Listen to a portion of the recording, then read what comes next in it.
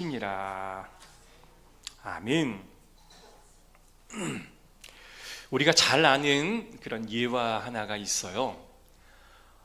어느 학교 교수님께서 큰 비커 하나를 이제 준비하시고 그 비커 안에다가 큼지막한 돌덩어리 하나를 넣어 놓았습니다.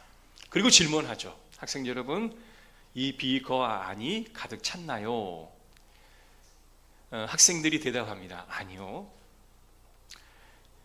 그리고 나서 교수님은 또 자갈을 그 비커 안에다가 붓기 시작합니다. 그리고 이렇게 묻죠. 이 비커 안이 가득 찼나요? 학생들은 아니요 라고 답합니다. 그러자 옆에 준비된 모래를 다시 한번 부은 이후에 이 비커가 가득 찼나요? 라고 질문하자 아닙니다 라고 고개를 저어요. 마지막에 물이 가득 담긴 그 주전자를 비커에다가 붓고 그 비커가 가득 찬 것을 본 이후에 이제 비커가 가득 찼나요? 라고 질문하자 그때서야 학생들이 네, 가득 찼습니다 라고 대답을 하는 겁니다. 이 말은 참 우리가 많이 들었던 예화이기도 하고요. 같은 시간 안에 어때요? 가득 찬 거 보여도 가득 차지 않고 더 넣을 수 있는 것처럼 같은 시간 안에 더 노력하면 더 많은 것을 얻을 수 있습니다 라는 교훈을 주는 그런 예화이죠. 그런데 교수님이 또 한마디를 하는 거예요.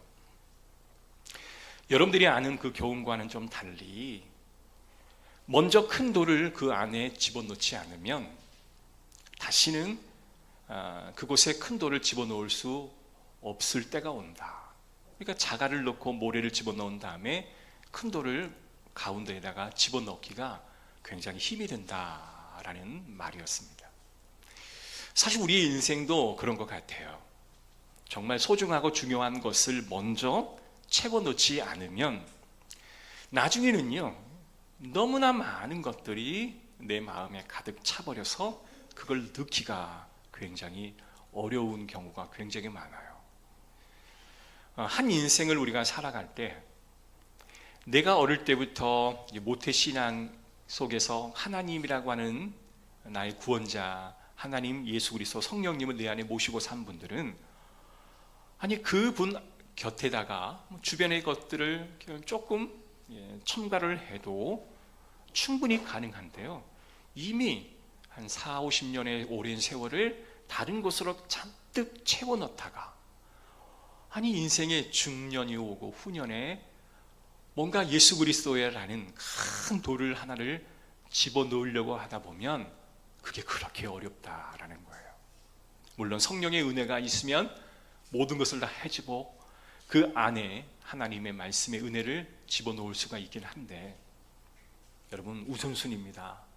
정말 소중한 것을 먼저 집어넣지 않으면 그 이후에는 그 소중한 것을 집어넣기가 굉장히 어렵다라는 것을 우리는 잘 아셔야 되는 거예요. 무엇을 오늘 본문은 말씀하시냐면 관점입니다. 오늘 이 본문은 관점의 변화가 인간에게 얼마나 중요한가를 알려주는 본문이에요. 민수기는 이스라엘 백성이 율법을 받은 시내산에서부터 요단 동편에 이르는 그 시점을 기록하고 있는 본문의 말씀인데요. 이스라엘 백성들은 가나안에 들어갈 준비를 하고 있는 상황이었습니다. 우리가 잘 알다시피 가나안이라고 하는 그 땅은 하나님이 정해 주신 땅이기 때문에 별 수고 없이 그냥 무혈 입성할 수 있는 게 아니라 그곳은 이미 여러 고류민들이 살고 있는 곳이었기 때문에 아주 치열한 전쟁을 통과하지 않고는 그 가나안 땅에 들어갈 수 없는 그런 상황이었습니다. 1절과 3절에 있는 말씀을 보니까 제가 다시 한번 읽어드릴게요. 이스라엘 자손이 애굽 땅에서 나온 후 둘째 해 둘째 달 첫째 날에 여호와께서 시내 광야 해막에서 모세에게 말씀하여 이르시되 너희는 이스라엘 자손의 모든 회중 각 남자의 수를 그들의 종족과 조상의 가문에 따라 그 명수들을 계수할지니 이스라엘 중 20세 이상으로 싸움에 나갈 만한 모든 자를 너와 아론은 그 진영별로 계수하되, 자, 출애굽을 하고 1개월이 지나 둘째 날 첫째 하루에 인구조사를 실시하는 겁니다. 그러니까 시내산에 그 근방에 모여있는 이스라엘의 12지파의 장정의 숫자, 단 20세 이상 되는 전쟁에 참여할 수 있는 그런 장정의 숫자를 세알리게 됩니다. 그래서 민수기를 우리가 멤버스라고 이야기하는 이유는 인구조사를 실시했다라는 것을 그 성경의 제목으로 삼고 있는 책이기도 하죠. 하나님이 이렇게 준비된 이스라엘을 시내 광야에서 곧바로 가나안에 들어가게 하려 하셨습니다. 자, 가데스 바네아에서 가나안은 그리 멀지 않는 땅이었어요. 그러니까 한 640km 정도 되지 않았을까 싶습니다. 보통 서울에서 부산까지가 한 400km가 좀 넘으니까요, 그 거리보다 좀 더 긴 거리면 한 40일 정도면 넉넉히 천천히 걸어가도 도달할 수 있는 그 거리인데, 놀라운 것은 오늘 이 본문의 이 사건을 기점으로 그들이 가나안 땅을 들어가는 그 기간이 너무나 오래 걸리는 그러한 사건이 발생하게 됩니다. 그래서 오늘 이 본문은 정탐꾼 사건을 기록하고 있는데 이스라엘 백성들의 운명을 결정짓는 아주 중요한 사건이 되고 맙니다. 그리고 오늘 이 본문은 그 중요한 사건의 가장 하이라이트, 그 부분에 해당되는 말씀이에요. 자, 13장에 보면 모세는 그들에게 이렇게 지시를 합니다. 그 땅을 아주 잘 살펴보기를 원한다. 모세는 직접 만든 체크리스트를 그들에게 각각 나누어 주면서 그 땅이 어떤 땅인지를 너는 정확히 확인하고 돌아오라. 그 땅에 사는 사람들이 어떤 사람인지를 정확히 보고 오라. 키가 큰지, 키가 작은지, 전쟁을 잘할 것 같은지, 좀 약한 백성들이 모여 있는지, 아니면 그 땅이 어떠한 지형을 가지고 있는지를 정확히 보라. 40일을 정탐하고 돌아온 정탐꾼들이 모세의 지시에 따라 체크리스트를 다 꼼꼼히 체크한 이후에 돌아오게 되죠. 그래서 민수기 13장 27절에서 29절의 말씀을 제가 읽어드릴게요. 모세에게 말하여 이르되 당신이 우리를 보낸 땅에 간즉 과연 그 땅에 젖과 꿀이 흐르는데 이것은 그 땅의 과일이니이다. 그러나 그 땅 거주민은 강하고 성읍은 견고하고 심히 클 뿐 아니라 거기서 아낙 자손을 보았으며 아말렉인은 남방 땅에 거주하고 헤딘과 여부스인과 아모리인은 산지에 거주하고 크나안인은 해변과 요단가에 거주하더이다. 자, 그들이 40일 동안 정탐했던 그 상황적인 보고는 아주 탁월했습니다. 좋은 땅이라는 거예요.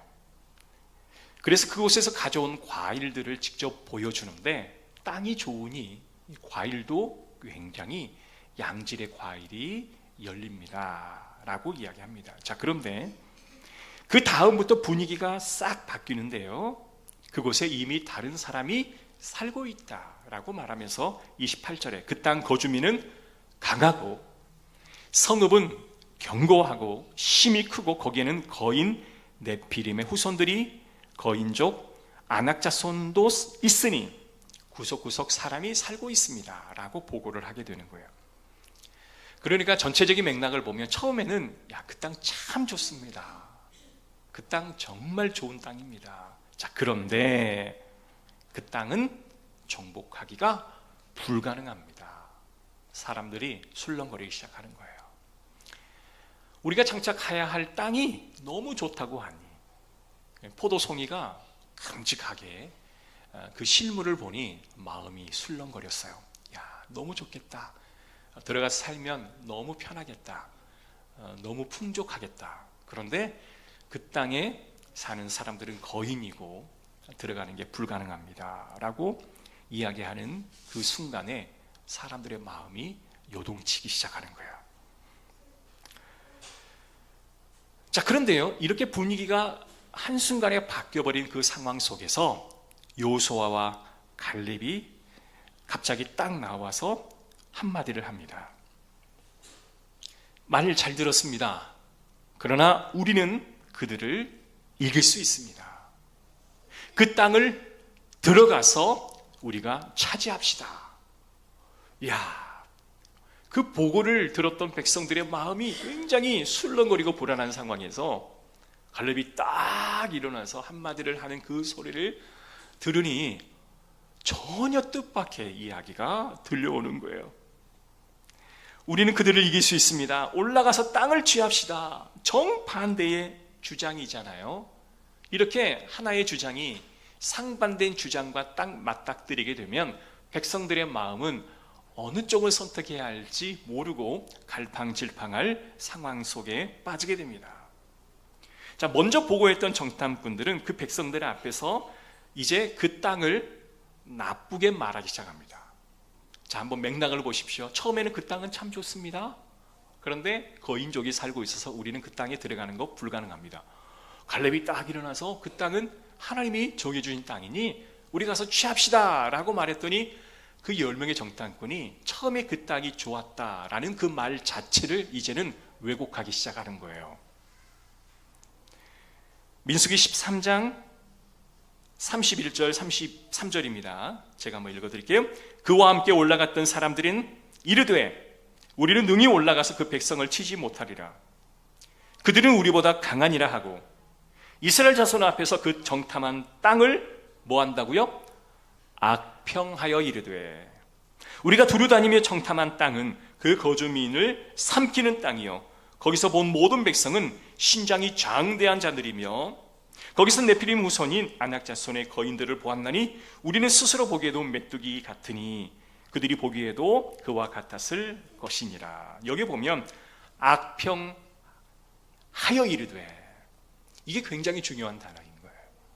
자, 악평이라고 하는 것은 뭐냐? 데드 리포트라고 하는 말인데요. 좀 악한 의도로 써 놓았던 리포트라고 보시면 될 것 같습니다. 사악한 리포트라고 기록을 하는 거예요. 자, 사람들의 마음이 왜 이렇게 갑자기 바뀌었을까요? 충분히 우리가 이해할 수 있지 않습니까? 그 땅은 참 좋다. 그런데 거류민이 너무나 강한 사람이니 우리는 그 땅에 들어갈 수 없다. 그런데 상대방의 진영이 갑자기 갈 수 있다, 좋다, 가보자 그러니까 그 땅 자체를 악평하는 그런 상황으로 바뀌게 돼요. 여러분, 그것은 사람의 심리입니다. 제가요, 사모님을 저는 칭찬을 자주 합니다만은 만약에 A라는 성도와 만약 사모님과의 관계가 소원해요. 별로 좋지가 않아요.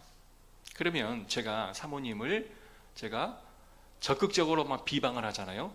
그 A라는 성도 앞에서. 그러면 그 A라는 성도는 어떤 반응을 보이냐면 사모님을 옹호해요. 이해가 되십니까? 그런데 내가 사모님을 적극적으로 옹호하잖아요. 그러면 A라는 성도는 비난을 해요. 그러니까 사람의 마음이 이렇다라는 거예요. 우리가 긍정적인 단어를 들으면 부정의 말이 생각이 되고 부정의 말을 들으면 긍정의 마음이 올라오는 거예요. 이들의 마음이 정말 그 마음 중심에 하나님의 하실 일들에 대한 큰 돌이 가슴에 딱 자리 잡고 있다면 누가 무슨 말을 한들 흔들리지를 않는데 그 마음에 하나님의 말씀이 있는 게 아니라 어떤 상황과 누구의 말에 휩쓸릴 수밖에 없는 인간의 기본적인 본성을 가지고 있는 사람이라면 상황에 따라 마음이 흔들린다는 거예요. 아마 부정적인 리포트를 썼던 이 10명의 사람도 그 땅에 들어가고 싶었을 겁니다만은 현실이 너무나 크고 장벽이 두터운 거예요. 그래서 그 위험 부담이 너무 크니 차라리 가지 맙시다 라고 그들은 선택했던 거고, 땅은 좋다라고까지는 인정했으나 칼렙이 갈 수 있습니다 라고 너무나 긍정적으로 이야기하니, 아니 그럼 부정했던 나는 뭐가 되는 거야? 그러니 자신의 말을 더 확실하게 검증하기 위해서 원래 긍정적으로 생각했던 그 땅마저도 부정적인 단어로 바꿔버린다는 거예요. 사람들과의 관계는 여러분 왜 나쁜 기억만 있겠습니까? 좋은 기억도 있겠죠. 나쁜 기억도 있습니다. 근데 사람의 관계가 좋은 것은 인정하고 나쁜 것은 부정해야 되는데, 한번 나빠지면 좋은 것까지도 왜곡해서 나쁜 것으로 해석해 버려요. 그러니까 이게 인간의 마음이라는 거죠. 그래서 우리의 마음 속에 뭐가 들어가 있어야 돼요? 하나님의 말씀이 들어가 있어야 돼요. 그래야 어떤 상황과 여건에 따라 내 마음이 흔들리지 않고 내 주장이 바뀌지 않는 것입니다.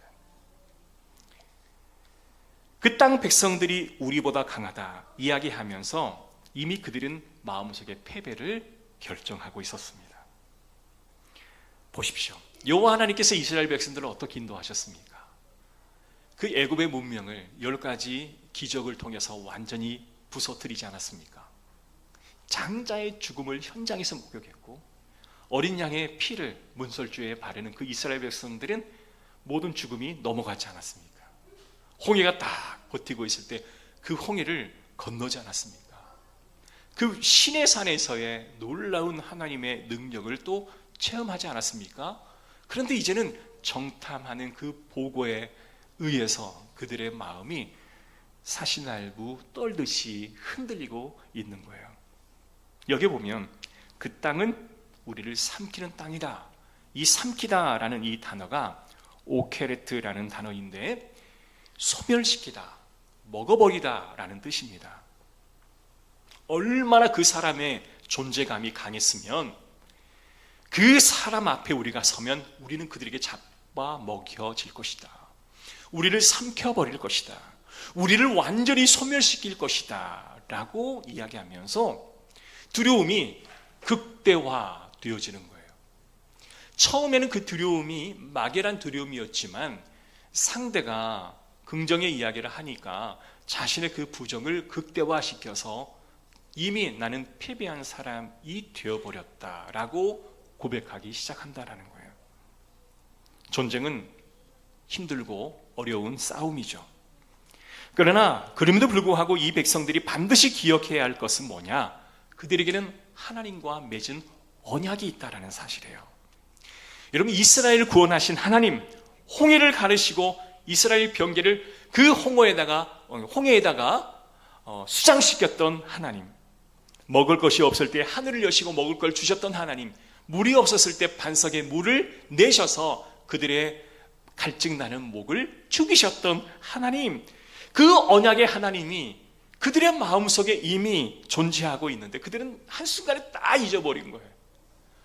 그러니까 믿음의 사람들의 그 마음을 보면 하나님의 은혜가 잔뜩 들어가 있는 것 같고, 믿음 없는 사람의 마음을 보면 그냥 자기의 뜻만이 그 안에 잔뜩 들어가 있는 것 같다라는 생각이 들 정도로, 여러분, 그 언약이 실종되어져 버린 사람, 자신의 주관적인 판단과 경험만 존재하고 하나님의 말씀은 이미 사라져버리는 그 사람들.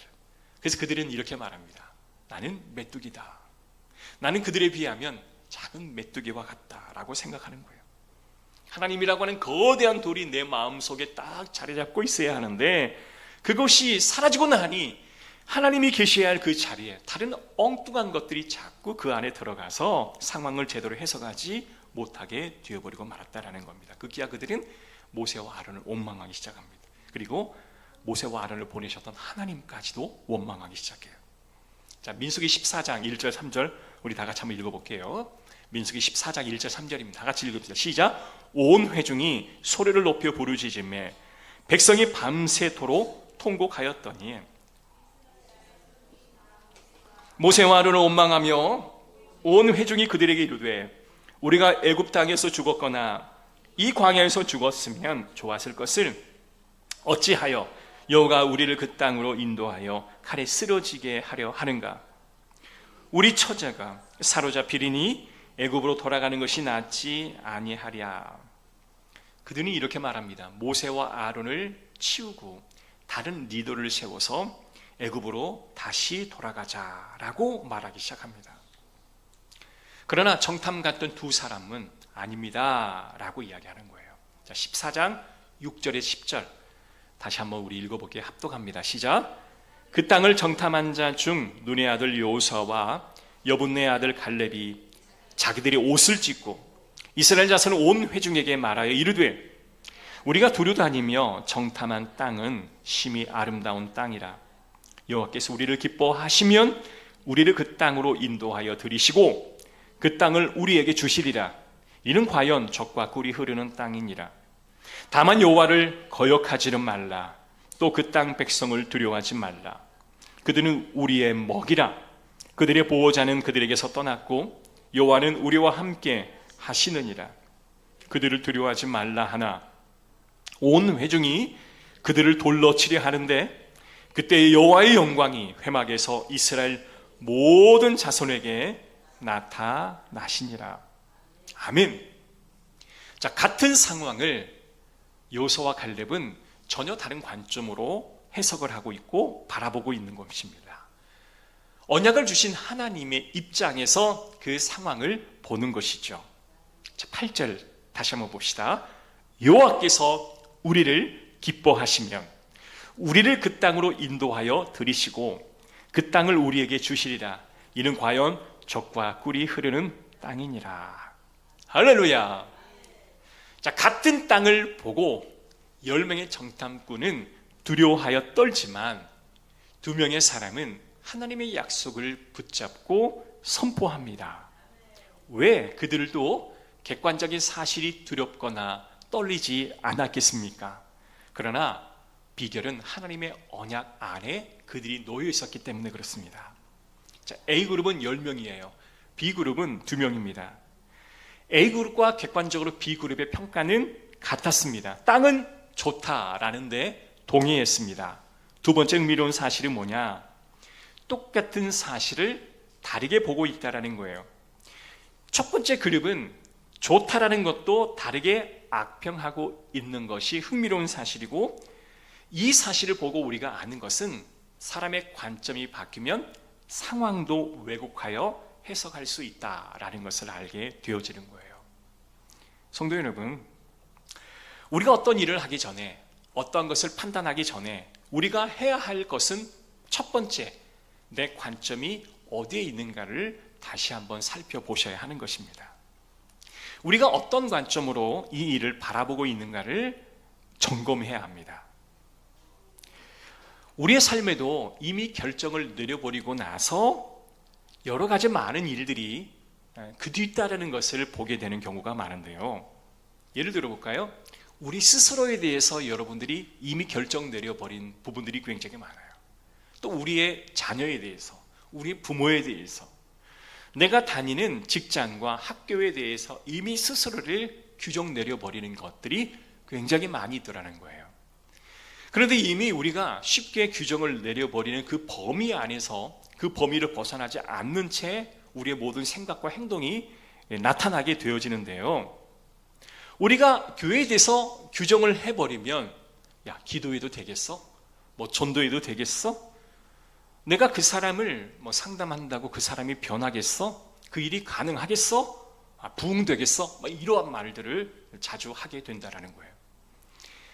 뭐가 되겠어? 라는 이 말은 이미 그 상황을 나는 이렇게 해석이 끝나버렸다라고 하는 것을 그대로 보여주는 거예요. 성경은 우리에게 말합니다. 너희의 관점을 좀 바꿔라. 하나님의 관점으로 바꾸라. 예수 그리스도가 십자가에 죽으시고 부활하셔서 죽을 수밖에 없는 저와 여러분의 그 연약함을 하나님께서 다시금 살려주셔서 우리를 희망으로, 절망에서 다시 희망으로 우리를 가게 하셨다라는 이 사실의 관점을 보라라는 것입니다.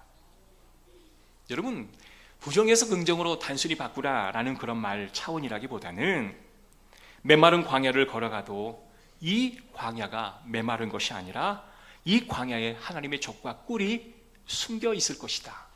하나님은 때가 되면 그것을 우리에게 제공하여 주실 것이다 라는 관점으로 바꾸라는 거예요.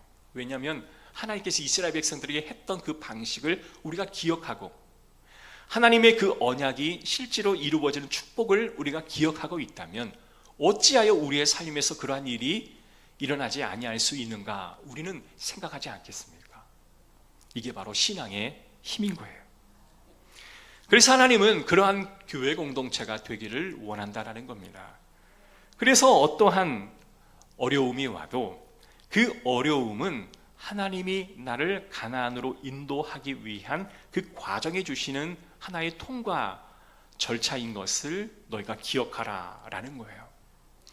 그래서 그 가는 도중에 있는 그 어려움이라면 극복해내야죠. 그 가운데 일어나는 힘든 일이라면 극복해야 되지 않겠습니까? 힘든 일이 있기 때문에, 어려운 일이 있기 때문에 그 자리에서 포기하고 다시 애굽으로 돌아갈 수 있겠습니까? 아니, 그 걸어왔던 길이 어딘데 어떻게 다시 돌아가 애굽으로 갈 수 있겠단 말입니까? 애굽에 가면 그 사람들이 두 팔 벌려서 환영해 줄까요? 아니죠. 되돌아갈 수도 없는데 우리는 되돌아가야 한다라는 식으로 이야기를 하겠죠. 사랑하는 성도 여러분, 우리는 하나님의 관점을 가져야 합니다. 자, 그러면 결론적으로 어떻게 하면 하나님의 관점을 우리가 소유할 수 있겠는가, 이 주제예요. 따라합시다. 우리 안에서 하나님이 높임을 받으셔야 합니다. 할렐루야. 예.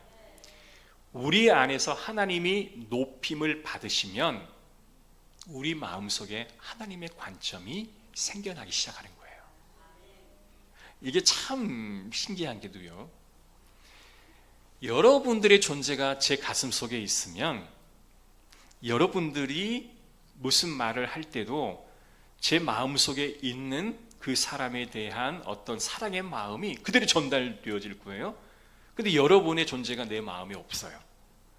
그냥 아무런 존재 자체가 의미가 없어요. 그러면 무슨 말을 해도 내 안에 담겨있는 마음이 전달될 수가 없는 거예요. 마찬가지로 하나님 존재가 우리 마음속에 가득 담겨 있으면요, 어떤 상황이 일어날 때마다 하나님이 즉각적으로 드러날 수 있다라는 거예요. 여러분, 말씀을 붙들고 나아간다라는 것이 뭐냐? 하나님의 존재를 내 가슴속에 모시고 살아가야 한다라는 겁니다. 여러분, 예배도 드리고 기도도 하고 찬양도 하고 또 새벽에도 주님 앞에 나와 예배를 드립니다. 이것은 무엇을 하는 작업이라고 저는 확신을 하냐면, 내 생각의 자갈과 모래와 물들이 가득 차 있는 곳에 하나님의 그 거대한 그 돌덩어리를 내 안에 집어넣는 작업이다라고 생각합니다. 하나님이라는 존재가 내 생각으로 가득 차 있는 것을 비우고 그 거대한 하나님의 존재가 내 마음속에 들어와 자리 잡는 거예요. 그래서 예배를 드릴 때 성실하게 예배를 드려야 됩니다. 기도할 때도 성실하게 기도하셔야 돼요. 찬양을 드려도 매주일, 묵상을 해도 매일매일 하나님 앞에 성실하게 예배와 묵상을 드려야 해요. 그것이 바로 주님을 내 마음속에 모시는 가장 중요한 작업이라는 거예요. 하나님은 한순간에 내 안에 들어오시고 하시지만 매번 드리는 그 예배와 말씀과 찬양과 기도 가운데 어느새 내 마음속에 자리 잡아 모든 상황 속에서 하나님이 드러나는 일들을 허락해 주실 줄로 믿습니다. 이스라엘은 매우 중요한 순간 앞에 있습니다. 지금 가나안에 들어가야 되는 상황입니다. 애굽으로 돌아갈 수도 없습니다. 퇴로가 차단된 곳입니다. 그것은 환영해 주는 사람도 없어요. 메뚜기가 되어 그 자리에 주저앉아 있는 그들 상황 속에 이제는 그들이 해야 할 것은 내 인생의 한 걸음을 내딛어야 할 때인 거예요. 어찌 되었건 내 인생의 한 걸음을 내딛어야 할 때입니다. 하나님은 그들에게 불순종의 모습을 보시고 이 모습을 아주 심각하게 반응하셨습니다. 그래서 하나님은 결정하셨습니다. 그들을 다 죽이겠다. 그러나 모세를 통해서 그들은 다시 한번 새로운 기회를 맞이하게 되었는데, 이미 부정적인 생각을 했던 그들은 가나안 땅에 들어갈 수 없고 그곳에서 새롭게 태어난 이 출애굽의 2세대만이 가나안 땅에 들어갈 수 있다라고 하나님은 모든 상황을 정리하셨어요. 무엇을 알 수 있을까요? 한 번 그들이 부정적인 결론을 내렸던 것 뿐인데 하나님은 그 부정적인 결론에 책임을 물으셨다라는 것이고요. 그리고 그 가나안 땅에 새롭게 들어갈 이들에게는 이전 세대의 그 부정함을 모두 다 떨쳐버리고 새로운 마음으로 들어가게끔 안내하셨다라는 것입니다. 사랑하는 성도 여러분, 불신앙의 세대는 하나님이 반드시 징계하십니다. 민수기 14장 29절 39절에 있는 말씀을 보면 이런 결정을 내려요. 그래, 너희들이 40일을 정탐하고 돌아왔습니다. 그러나 그 40일 하루를 1년으로 삼아 내가 40년을 그곳을 방황하게 하며 너희를 재훈련시키겠다라고 말씀하셨어요. 자, 출애굽한 2세대를 다시 한번 훈련하고 처음부터 가르쳐야 할 상황 가운데 하나님은 놓여 있게 되는 것입니다. 하나님께서 말씀을 통해서 우리에게 말씀하셔요. 너희 인생의 해석의 주체가 하나님이 되었으면 좋겠다. 네가 되지 말고 하나님이 되었으면 좋겠다. 자, 따라합시다. 내 인생의 주인은 하나님입니다. 그래서 이제 남은 우리의 삶을 내 인생의 주인은 하나님입니다. 그래서 내 생각으로 해석하지 마시고 하나님의 관점으로 모든 상황을 해석하는 저와 여러분의 삶으로 바뀌어지기를 진심으로 축복합니다.